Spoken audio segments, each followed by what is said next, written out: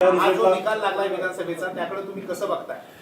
असं आहे की आमची जी अपेक्षा होती तसा हा काही निर्णय नाही, पण शेवटी लोकांनी दिलेला निर्णय आणि त्यामुळे मी माझ्याकडं अधिकृत काही माहिती नाही तोपर्यंत आत्ताची जी व्यवस्था आहे त्याच्यासंबंधी भाष्य करू इच्छित नाही. निर्णय लोकांनी दिला. अनेक वर्ष आम्ही सगळे सार्वजनिक जीवनात आहोत असा अनुभव आम्हाला कधी आले नव्हता, पण हा आला तर त्याचा अभ्यास करणं, त्याची कारण व्यवस्था नक्की काय समजून घ्यायला आणि पुन्हा एकदा नव्या उत्साहानं लोकांच्या जाऊन उभं राहणं. तर तुम्ही पायाची बिंगरी लावून फिरला, संपूर्ण महाराष्ट्र पायाची बिंगरी लावून फिरला. महाराष्ट्रात एवढ्या सभा घेतल्या, वय वर्ष 84 असताना तुमच्या वयावरती टीका केली आणि आता विरोधक अशी टीका करतात की आता पवार साहेबांना निवृत्तीची वेळ आलेली आहे, त्यांनी आता राजकारणात राहू नये म्हणून. मी काय करावं, मी आणि माझे सहकारी ठरवते. बरं, प्रश्न तो नाही. लाडक्या बहिणीचा इम्पॅक्ट या निवडणुकीमध्ये दिसतो का? कारण सरकारनं प्रमोटिंग लाडक्या बहिणीचं साहित्य प्रामुख्याने केलं होतं. असं आहे की जी माहिती आम्ही घेतो लोकांच्याकडनं कुठेजण वाढले असं आत्ताच्या अखेरीवरून दिसते. कदाचित हे कारण असू शकते. लोकसभेमध्ये ज्या पद्धतीचा निकाल लागलेला होता, महाविकास आघाडीला जो फायदा झालेला होता, ज्या जागा आलेल्या होत्या, त्यानुसार त्यावेळेला जी एक जनतेची महायुतीवरती जो असलेला रोष आहे तो रोष अजूनही तसाच आहे, असा काही ग्रह निर्माण झालेला होता का? आणि त्यामुळे प्रचार यंत्रणा कमी राबवली गेली का मग यापूर्वी? असं दिसत नाही. ही गोष्ट खरी आहे की लोकसभेच्या निवडणुकीमध्ये ज्या प्रकारची भूमिका महाराष्ट्राच्या जनतेने घेतली त्याच्यामुळे थोडंसं आम्हाला लोकांच्यात एक अधिक विश्वास होता. त्या अधिक विश्वासाच्यामुळे जेवढं आक्रमक रीतीनं या सण कॅम्पेन केलं, बघायचा प्रयत्न आम्ही केला, त्याहीपेक्षा अधिक काम करायची गरज असावी असं आता दिसतं. समन्वयाच्या बाबत काय सांगा? कारण समन्वय या निवडणुकीमध्ये दिसून आला का महाविकास आघाडीमध्ये? नाही, त्याचा काही फारसा परिणाम झाला नाही.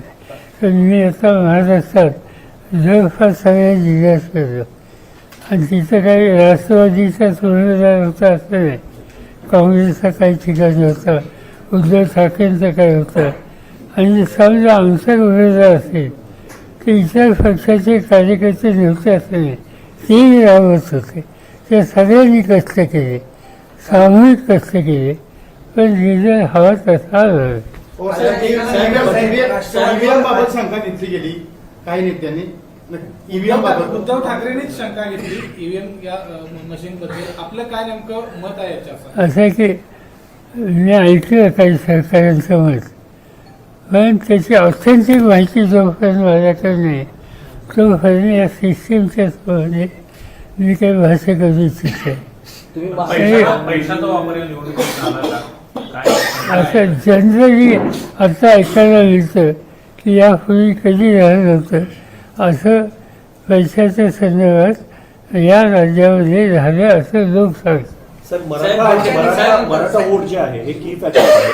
महाविकास आघाडीने महाराष्ट्रामध्ये जातीपातीचं राजकारण केलं, त्यामधनं ओबीसी समाज हा दुरवला गेला. ओबीसी समाजाबरोबर ती ब्राह्मण समाज जो आहे तो भारतीय जनता पार्टीला मिळाला आणि त्यामध्ये वोट राईज झाला महायुतीचा आणि त्याचा फटका महाविकास आघाडीला बसला.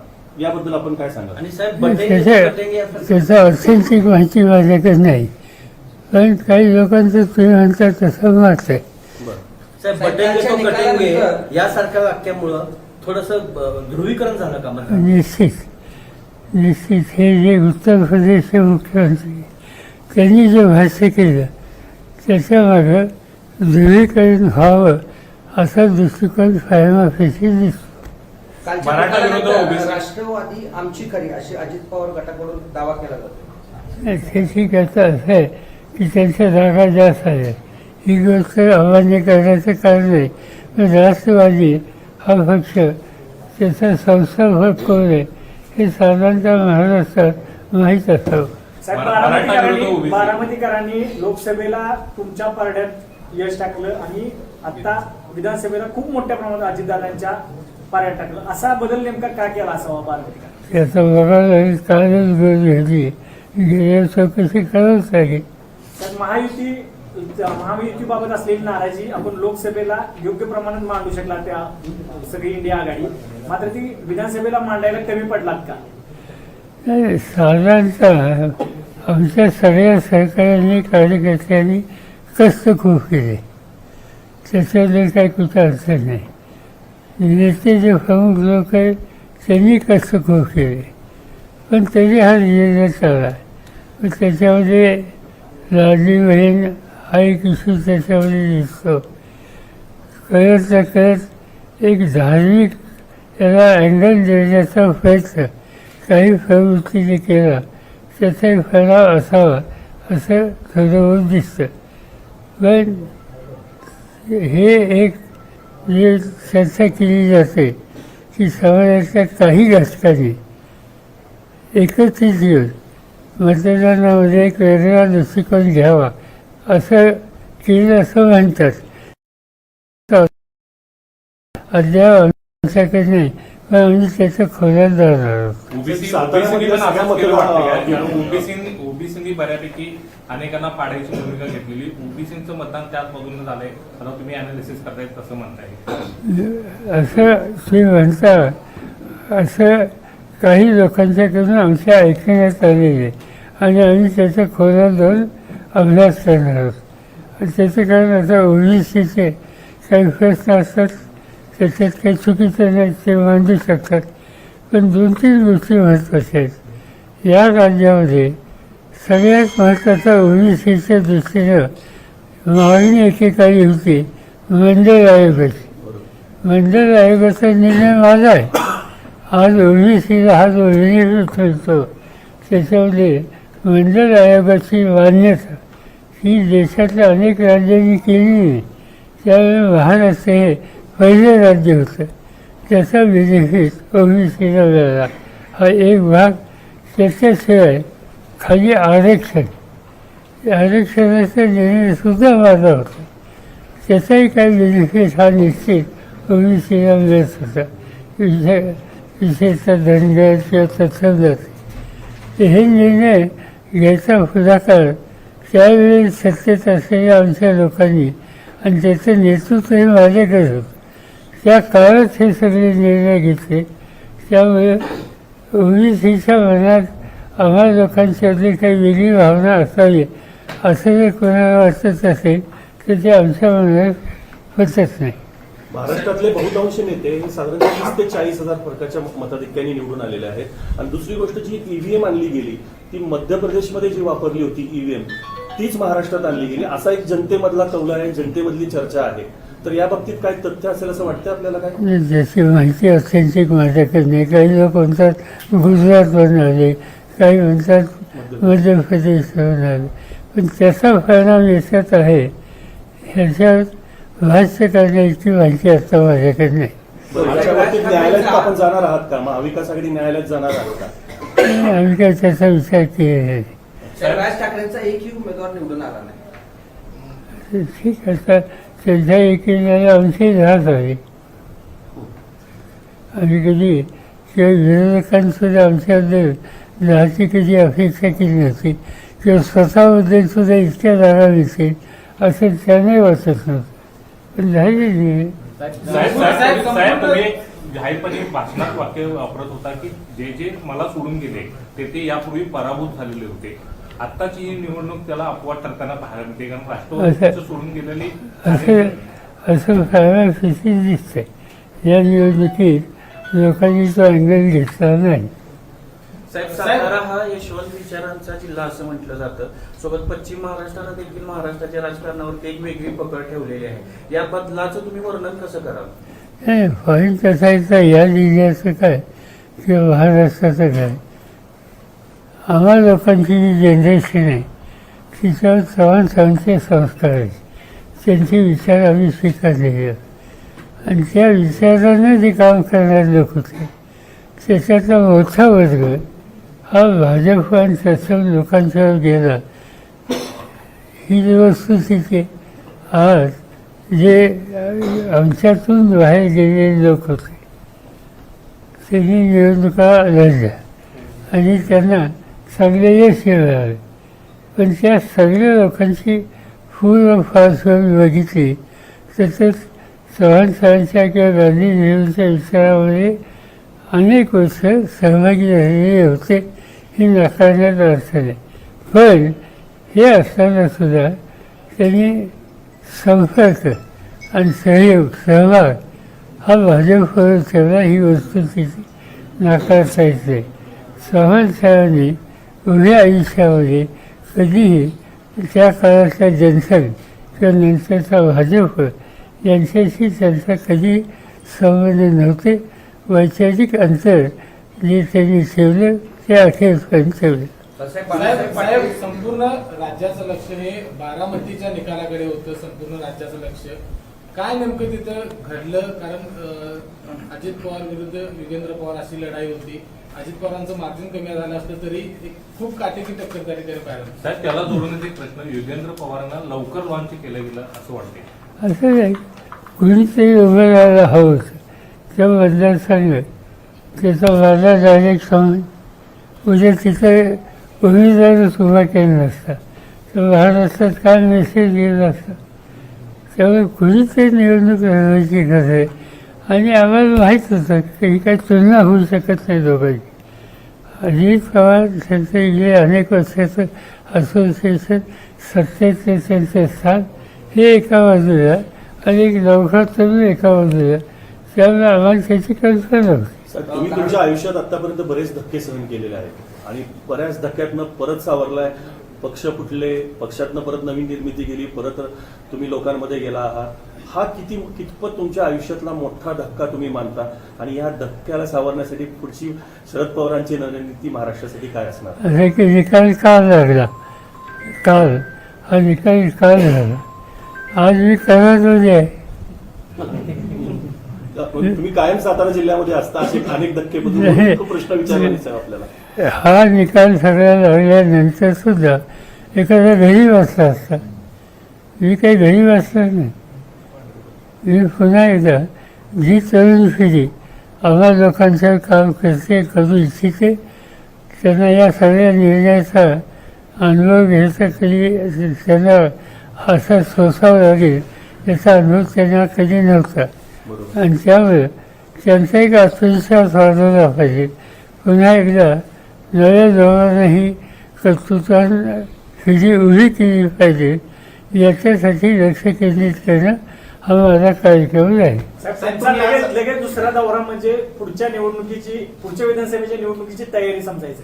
म्हणजे लोकसभा आहे, त्याच्या जी जिल्हा परिषद आहे, पंचायत संस्था आहेत, स्थानिक संस्था आहेत. हे कारण नसताना कराड उत्तरमध्ये यशवंत विचारांच्या नागरिकांना, मतदारांना बाळासाहेब पाटलांचा जो झालेला पराभव मान्य आहे. कुठलंही कारण नसतं. नाही, साधी गोष्ट आहे. आता बाळासाहेब इथं बसले म्हणून मी सांगतो असं नाही. सार्वजनिक जीवनात बाळासाहेब म्हणजे एक स्वच्छ चारित्र्याचा नेता. एक. नंबर 2, लोकांसाठी प्रचंड असोसिएशन. नंबर 3, सरकारातल्या किंवा ज्या संस्था चालवतात ते इतक्या निर्मळ संस्था आहेत. आता सह्याद्री सरकारी साखर कारखाना महाराष्ट्रातले जे उत्तम चालणारे कारखाने ज्यांचा व्यवहार अतिशय उत्तम आहे, कुणी होऊ शकत नाही, असं सगळं असलेल्या व्यक्तींना असं मतदानात फरक अंतर करावं हा आमच्या सरकारचा धक्काच आहे. एका बाजूला इकडं आज आला असताना दुसऱ्या बाजूला राज्यामध्ये सरकार स्थापन करण्याची गडबड सुरू आहे. तुम्ही या सगळ्या गोष्टीकडे कशा पद्धतीने बघता? आणि मुख्यमंत्री म्हणून देवेंद्र फडणवीस मी पुन्हा येईन म्हणले होते, ते कसे येतील की एकनाथ शिंदेचा चेहरा ब्रँडिंग केला होता? मी सांगू शकला असं आहे की त्यांच्याकडे 230 का 200 किती इतकी प्रचंड वेळ जाते. त्यामुळे त्यांना काही चिंता नाही. त्यांनी बसून निर्णय घ्यायचा, ते निर्णय आज उद्या काहीतरी घेते. साहेब, या निकालानंतर तुमची बैठक काही महाविकास आघाडीची बैठक होणार आहे का? आज तुम्ही कराडमध्ये आहात, पृथ्वीराज चव्हाणांची तुम्ही काय भेट घेणार आहात असं काय आहे? आज उद्याच्याला आमच्या जे उमेदवार निवडून आले ते आणि ज्यांचा पराभव झाला आमच्या त्यांची बैठक उद्या जयंतराव पाटलांनी बोलवली उद्या आमदारांची 10 आमदारांची आणि परवाच्या दिवशी सर्व जे आमचे उमेदवार होते ते आणि त्या जिल्ह्याचे जिल्हा अध्यक्ष यांची बैठक जयंतरावांनी बोलवलेली आहे. पार्लमेंटचं काम उद्यापासून सुरू होतं आहे पण या दोन्ही बैठकीला मी मुंबईत थांबणार. साहेब, अजित पवार गटाचे अनिल पाटील यांनी असं म्हटले की अनिल पाटील यांनी असं म्हटलेलं आहे की आता जे राष्ट्रवादी शरदचंद्र पवार पक्षाचे जे आमदार निवडून आले ते अनेक आमदार आमच्या संपर्कात आहेत असं अनिल पाटील म्हणाले. म्हणजे त्यांना काय आता सरकार बनवायला त्यांच्याकडे हवेच्या पेक्षा जास्त लोक होईल त्यामुळे कोण कशासाठी कॉन्टॅक्ट. साहेब, महाविकास आघाडीमध्ये अनेक ठिकाणी मैत्रीपूर्ण लढती किंवा बंडखोरी झालेली पाहायला मिळाली. कुठेतरी एक वाक्यात याचा फटका बसला असं वाटतंय का? नाही, अनेक ठिकाणी होतं काही ठिकाणी होतं त्याचा काही फायदा फारसा झाला नाही. साहेब, महायुतीकडनं स्पेसिफिक भारतीय जनता पार्टीनं मग अशी जो प्रश्न विचारला पैशाचा तर वापर केला पण तुझी मीडिया मॅनेजमेंट कॅम्पेनिंग मॅनेजमेंटचा जो प्रकार होता भारतीय जनता पार्टीकडनं त्याच्यामध्ये कुठेतरी महाविकास आघाडी कमी पडली का? कारण का मीडियामधले वर्तमानपत्र असेल छोटे छोटे चॅनल्स असतील अगदी युट्यूब चॅनल्स पासून महायुतीने मॅनेजमेंट केली होती तिथं महाविकास आघाडी कुठं कमी पडली का? आम्ही कोणी त्याच्यात लक्ष घातलेलं नव्हतं निराश नव्हतं त्यामुळे एक्झॅक्टली यूट्यूब किंवा ह्याच्यामधून काय प्रेझेंटेशन झालं याची मला कल्पना नाही. साहेब, शपथविधी असेल नवीन सरकारचा 1-2 दिवसात आपल्याला निमंत्रण आल्यास आपण जाणार. पार्लमेंटचं सेशन सुरू झालं उद्यापासून. साहेब विरोधी पक्षनेता आता आपल्याकडे येणार नाही कारण संख्याबळानुसार तर विरोधी पक्षनेता राज्यात असावा अशा पद्धतीची काही भूमिका असणार आहे का? हो, पण त्यासाठी आवश्यक असलेली फिगर आज अपोजिशनकडे नाही. पण सरकारनं ठरवलं तर विरोधी पक्षनेता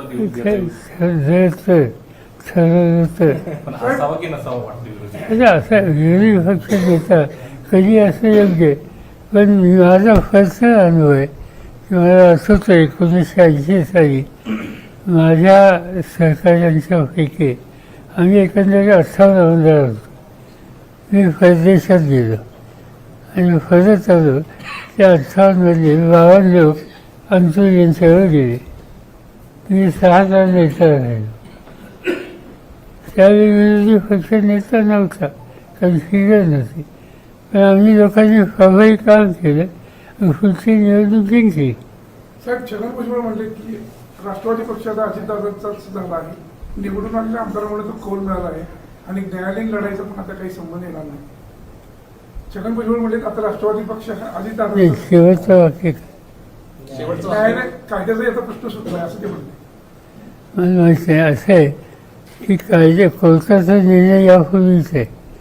राष्ट्रवादी काँग्रेस पक्ष शरदचंद्र पवार या नावानं इलेक्शन कमिशन आणि कोर्टाने यापूर्वी मान्यता दिलेली आहे. तो प्रश्न आता ओपन करण्याचं काही कारण नाही. साहेब, या आलेल्या निकालानंतर येणाऱ्या काळामध्ये आपल्या पक्षामध्ये संघटनात्मक बदल करण्याचा काही विचार सुरू आहे का किंवा पाहायला मिळतील का? आता असं आहे की आमचे जिल्हाध्यक्ष आणि आमचे उमेदवार यांची बैठक 2 दिवसातच बोललेली त्याच्यात या सगळ्या गोष्टीची चर्चा होईल. कारण असं आहे की याच्यानंतर आमची अशी अपेक्षा आहे की हे गव्हर्नमेंट तातडीनं स्थानिक स्वराज्य संस्था आणि बाकी इतर लोकांसाठी गव्हर्नमेंट त्यांच्या निवडणुका घेतील. ते जर असेल तर आपण तयारी लागलं पाहिजे. त्याच्यात महाविकास आघाडी असेल स्थानिक स्वराज्य संस्था निवडणुकीत एकत्र येऊन महाविकास आघाडी निवडणूक लढवेल. ती काही चर्चा अजून झालेली नाही. त्याची बैठक होणार या 2 दिवसात. साहेब, गेल्या निवडणुकीमध्ये भाजपची काही फिगर कमी होती त्यामुळे त्यांना मित्र पक्षांची खूप गरज होती. आता जवळपास ते 130च्या आसपास पुढे झाले त्यामुळे हे मित्र पक्षांना धरून ठेवतील की त्यांच्यामध्ये देखील असंतोष निर्माण होईल संघर्ष निर्माण होईल.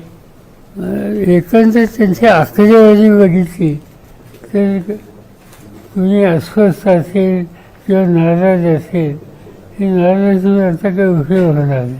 नंबरच इतका आहे त्यामुळे एवढी शोधाशोध कधी करणार कधी असं वाटत. ते पृथ्वीराज चव्हाणांनी काल स्टेटमेंट केलं 2019 साली ज्या पद्धतीने भारतीय जनता पार्टीने उद्धव ठाकरेंचा उपयोग केला त्याच पद्धतीने अवस्था अजितदादांची होऊ शकते आणि एकनाथ शिंदेची होऊ शकते येणाऱ्या काळामध्ये. एक पृथ्वीराज चव्हाणांनी अशी भीती व्यक्त केली.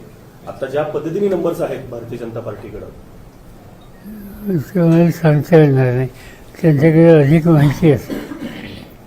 साहेब, महायुतीच्या एकत्र निवडून आलेल्या आकडेवारीबद्दल राज्यसभेवर जाण्याकरता अडचण येईल असं वाटते का प्रत्येक पक्षाला? साहजिक आहे, नंबरच नाही. महायुतीकडून एक जाऊ शकतो. ते अजून चर्चाही केली नाही, कालच निवेदन आहे. आपण पश्चिम महाराष्ट्र संपूर्ण महाराष्ट्रात प्रचार केला. या प्रचारावेळी आपणास महाविकास आघाडी विरोधात सुप्त लाट मतदारामध्ये आहे असं जाणवलं का? लोकांची नाराजी होती, आम्हाला लोकांना प्रतिसाद होता. पण हे मी जरी सांगत असो तर ते मतांच्यामध्ये कन्वर्ट होणं याच्या संबंधीची काही सांगण्यासारखी स्थिती नाही. साहेब, एकनाथ शिंदे म्हणते की संख्याबळावरनं मुख्यमंत्रीपद आम्ही ठरवणार नाही, बसून ठरवणार. त्यात काही संघर्ष होण्याची शक्यता वाटते का? मला वाटत नाही, कारण भाजपकडे इतके 200 त्यांची किती आहे? हां, इतका मोठा आकडा आहे त्यांच्याकडे. त्यामुळे कोण त्यांच्या नादाला लागेल असं वाटत नाही. साहेब, लाडक्या बहिणींचा लाडका भाऊ म्हणजे देवाभाऊ हे नवीन चित्र महाराष्ट्रात निर्माण झालेलं आहे. लाडक्या बहिणींचा लाडका भाऊ देवाभाऊ. तुम्ही राज्याचे मुख्यमंत्री म्हणून काम केलंय, केंद्रात मंत्री म्हणून काम केलंय. या महायुती सरकारनं निवडणुकीत आश्वासन म्हणून ज्या शेतकऱ्यांसाठी योजना जाहीर केली, लाडकी बहीण योजना असेल, या सगळ्या योजनांचा भार राज्य पेलू शकतं का आर्थिक परिस्थितीत? असं आहे की त्यांचा असा विचार केला असेल ना. आता हे जे आहे, आता लोक वाद वाटतील उद्यापासून किंवा आता बहिणीला पुढचा हफ्ता कधी मिळेल, त्याच्यानंतर लोक वाद वाटतील की विजेचं बिल आता अजिबात कधीच द्यायचं नाही, त्याची मागणी करायला कोणी येतं का काय.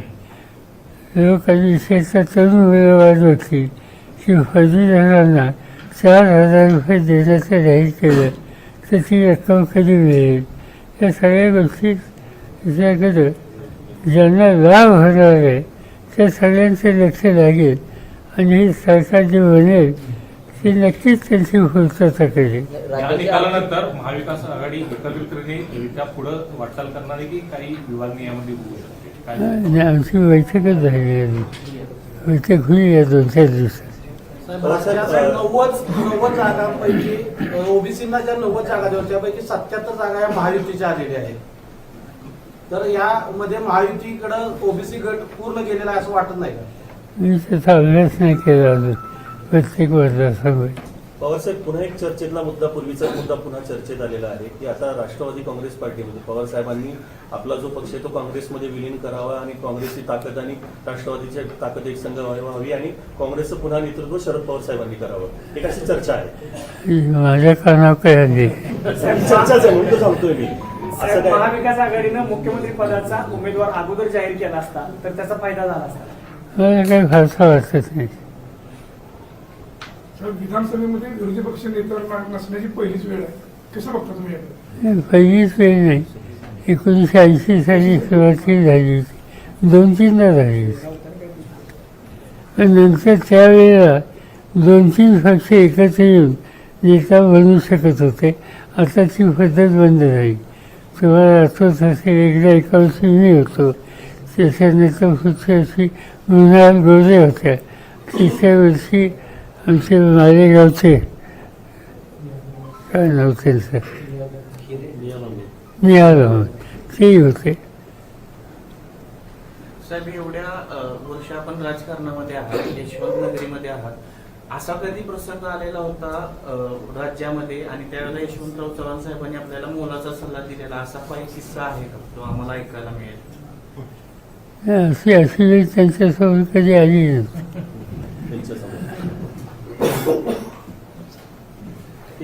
ते स्वतः विरोधी पक्ष नेता होते शेवटी. आता तुम्ही यशवंतराव चव्हाणांच्या विरोधात आहे. शेवटचा प्रश्न, काय अभिप्रेत आहे महाराष्ट्राला? अभिप्रेत असणारं राजकारण घडतंय का किंवा महाराष्ट्र त्या दिशेने जातोय काय? काय आता तुमचा सल्ला असणार आहे? असं आहे की अजून सरकार सुद्धा बनलं नाही, त्यामुळे त्यांच्याकडनं उद्याच्या उद्या की अशात आम्ही अपेक्षा करावं ते काही योग्य नाही. त्यांना संधी तर द्यावीच लागेल. आणि त्यांच्या गव्हर्नमेंटची रचना काय, गव्हर्नमेंटच्या फळाची काय, हे कळेल पुढच्या 1 महिना 15 दिवस, त्याच्यानंतर भाष्य करू.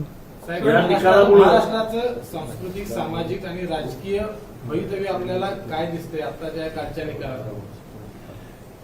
पॉईंट असं आहे की एका दिवसात त्याचं भाष्य करणं योग्य होणार नाही, पण आम्हा लोकांचा प्रयत्न हवा काही झालं तर महाराष्ट्राचं सामान्य ऐक्य हे चांगलं राहिलं पाहिजे. आणि महाराष्ट्राचा नावलौकिक जो आहे प्रगतीचा, विकासाच्या गती रस्त्याने जायचा, त्याच्यामध्ये कुठली कमतरता येऊ नये. या राजकारणाचा ट्रेंड बदलला गेलाय निकालामुळे काय? लोकांचा कल उजव्या विचारसरणीकडे झुकतोय असं त्यांनी किंवा उजवी विचारसरणी स्वीकारली असं काय वाटतं का या निकालातून? असं एक याच्यात एक कलर आहे असं लोक सांगतात की याच्यात एक धार्मिक अँगल हा सुद्धा कुठे ना कुठे आहे. आणि मी आता करारला बसतो आहे, तर करारमध्ये असा अँगल असतो असं माझं ऑब्झर्वेशन आहे. फारसा नाही, फार असतो. साहेब 5 वर्ष काम करायचं आणि मग निवडणुकीला जायचं हे यापूर्वी होतं. आता राजकारणाचा ट्रेंड बदलला गेला का? कारण शेवटच्या 2-3 दिवसात जी गणित करतात तोच निकाल येते.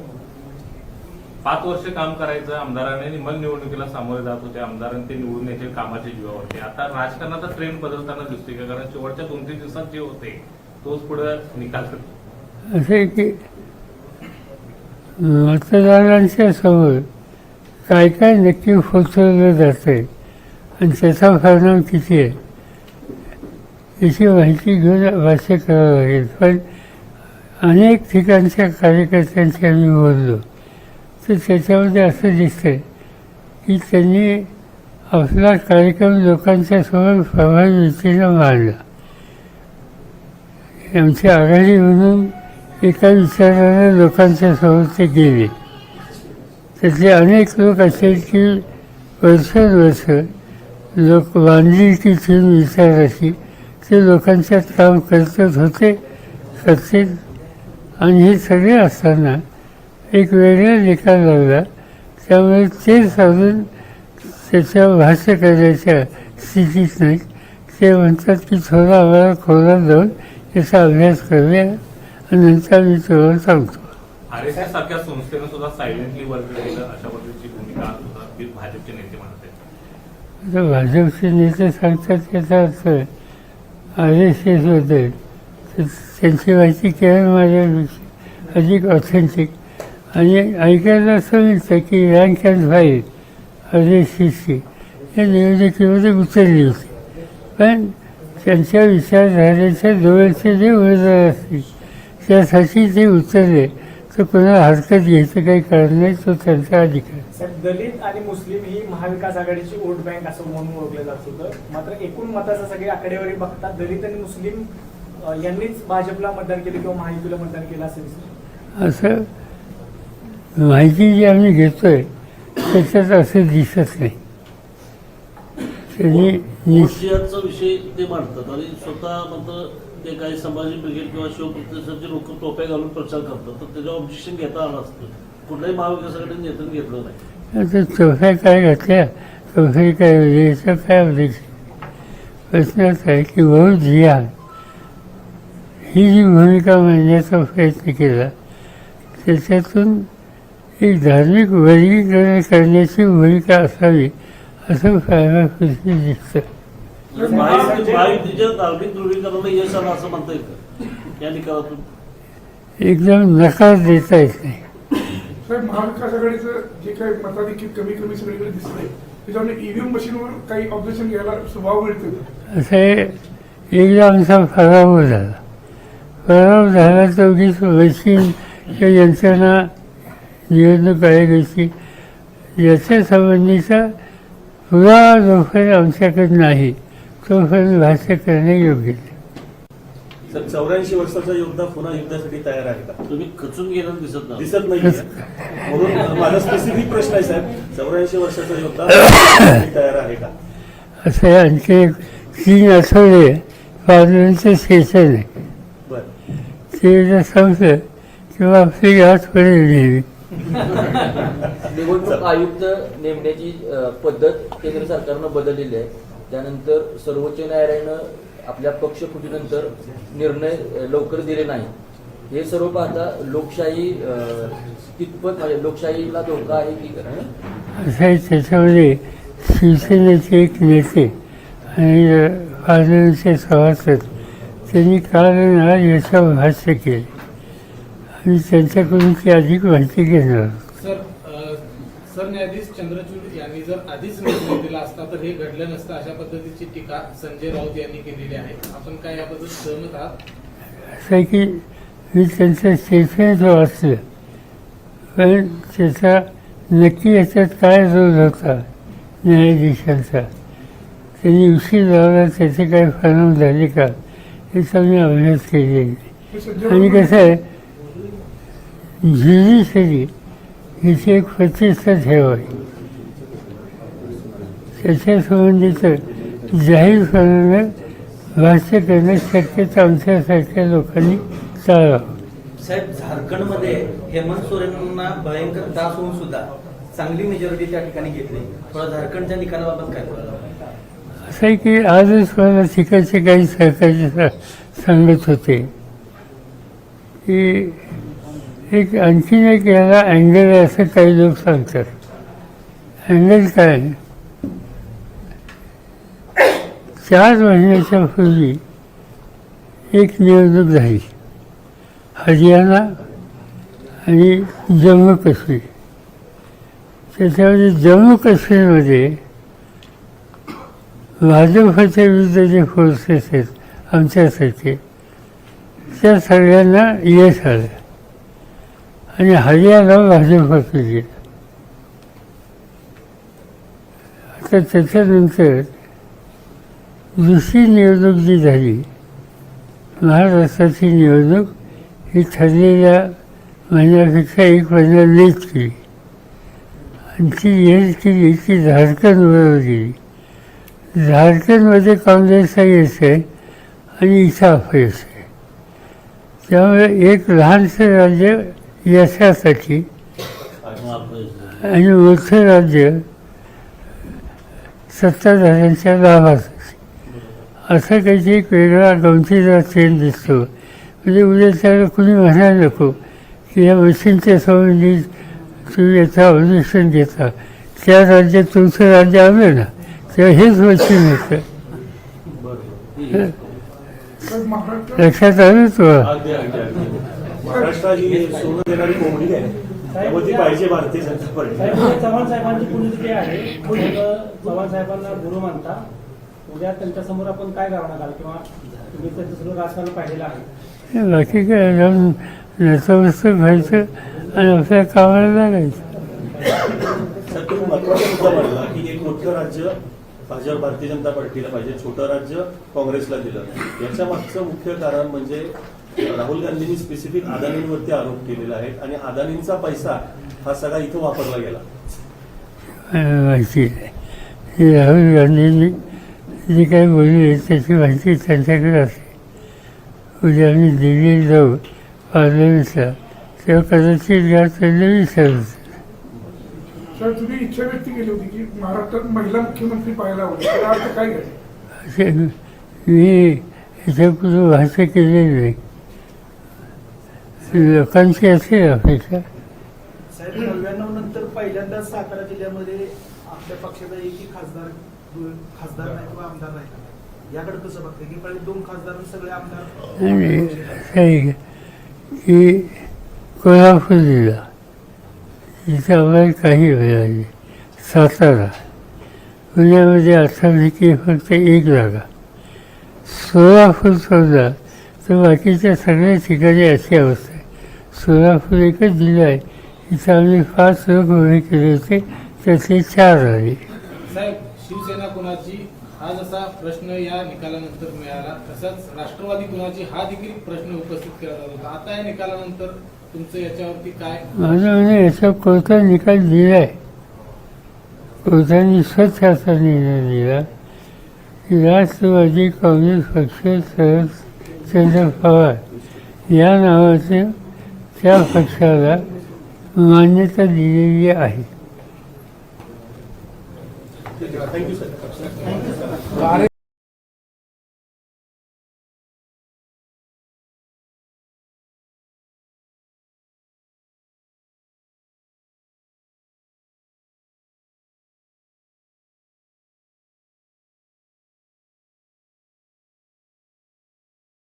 तुम्ही कसं बघताय? हा या हा जो रिझल्टला निकाल लागलाय विधानसभेचा त्याकडे तुम्ही कसं बघताय? असं आहे की आमची जी अपेक्षा होती तसा हा काही निर्णय नाही. पण शेवटी लोकांनी दिलेला निर्णय आणि त्यामुळे मी माझ्याकडं अधिकृत काही माहिती नाही तोपर्यंत आत्ताची जी व्यवस्था आहे त्याच्यासंबंधी भाष्य करू इच्छित नाही. निर्णय लोकांनी दिला. अनेक वर्ष आम्ही सगळे सार्वजनिक जीवनात आहोत असा अनुभव आम्हाला कधी आले नव्हता. पण हा आला तर त्याचा अभ्यास करणं, त्याची कारण व्यवस्था नक्की काय समजून घेणं आणि पुन्हा एकदा नव्या उत्साहानं लोकांच्या जाऊन उभं राहणं. तर तुम्ही पायाची भिंगरी लावून फिरला, संपूर्ण महाराष्ट्र पायाची भिंगरी लावून फिरला. महाराष्ट्रात एवढ्या सभा घेतल्या, वय वर्ष 84 असताना तुमच्या वयावरती टीका केली आणि आता विरोधक अशी टीका करतात की आता पवार साहेबांना निवृत्तीची वेळ आलेली आहे, त्यांनी आता राजकारणात राहू नये म्हणून. मी काय करावं, मी आणि माझे सहकारी संस्थे बरं. प्रश्न तो नाही. लाडक्या बहिणीचा इम्पॅक्ट या निवडणुकीमध्ये दिसतो का? कारण सरकारनं प्रमोटिंग लाडक्या बहिणीचं साहित्य प्रामुख्याने केलं होतं. असं आहे की जी माहिती आम्ही घेतो लोकांच्याकडनं मतदान वाढले असं आत्ताच्या आकडेवरून दिसते. कदाचित हे कारण असू शकते. लोकसभेमध्ये ज्या पद्धतीचा निकाल लागलेला होता, महाविकास आघाडीला जो फायदा झालेला होता, ज्या जागा आलेल्या होत्या, त्यानुसार त्यावेळेला जी एक जनतेची महायुतीवरती जो असलेला रोष आहे तो रोष अजूनही तसाच आहे. असा काही ग्रह निर्माण झालेला होता का? आणि त्यामुळे प्रचार यंत्रणा कमी राबवली गेली का मग यापूर्वी? असं दिसत नाही. ही गोष्ट खरी आहे की लोकसभेच्या निवडणुकीमध्ये